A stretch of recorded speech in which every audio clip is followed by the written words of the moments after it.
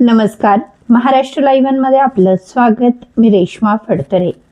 शनिवार दिनांक 13 डिसेंबर रोजी तळेगाव दाभाडे पोलीस स्टेशन हद्दीत दुपारी 2:15च्या सुमारास ABC पेट्रोल पंपाशेजारी पोलिसांना मिळालेल्या माहितीच्या आधारे सापळा रचून आरोपी संदीप संजय राठोड वय वर्ष 23 राहणार तुळजापूर जिल्हा धाराशिव यास ताब्यात घेऊन केलेल्या अंगझडतीत आरोपी याने त्याच्या कब्जात अनाधिकाराने बेकायदा विनापरवाना 36,000 रुपये किमतीचे देशी बनावटीचे गावठी पिस्टल व 1 राऊंड जवळ बाळगताना मिळून आला आहे म्हणून पोलीस शिपाई प्रकाश जाधव यांच्या फिर्यादीवरून तळेगाव दाभाडे पोलीस स्टेशन येथे गुन्हा दाखल करण्यात आला आहे.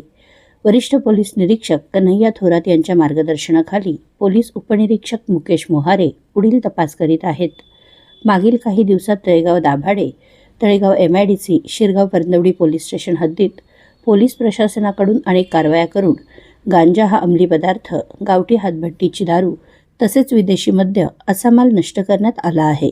त्यासोबतच विनापरवाना बेकायदेशीर अग्निशस्त्र बाळगणाऱ्यांवर सुद्धा कारवाया होत आहेत. परंतु वारंवार या कारवाया होत असूनही गुन्ह्यांच्या संख्येत कमी होत नाही. त्यातच उर्से येथे 5 वर्षीय बालिकेवर अत्याचार करून तिची निर्घुण हत्या करण्यात आली आहे. त्यामुळे कायदा आणि सुव्यवस्थेचा प्रश्न उपस्थित झाला आहे. त्या नराधमाने असे कृत्य करताना नक्कीच कुठली तरी नशा केली असावी. हे परप्रांतीय महाराष्ट्रात येऊन नशेच्या अंमलाखाली असे भयानक कृत्य करतात असा थेट आरोप मावळातील जनतेने केला आहे. त्या नराधमाला कडक शासन करा या मागणीसह तालुक्यातून गांजा, हातभट्टी त्वरित हद्दपार करा ही मागणी जोर धरू लागली आहे.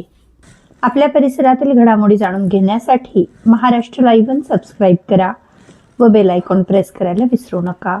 धन्यवाद.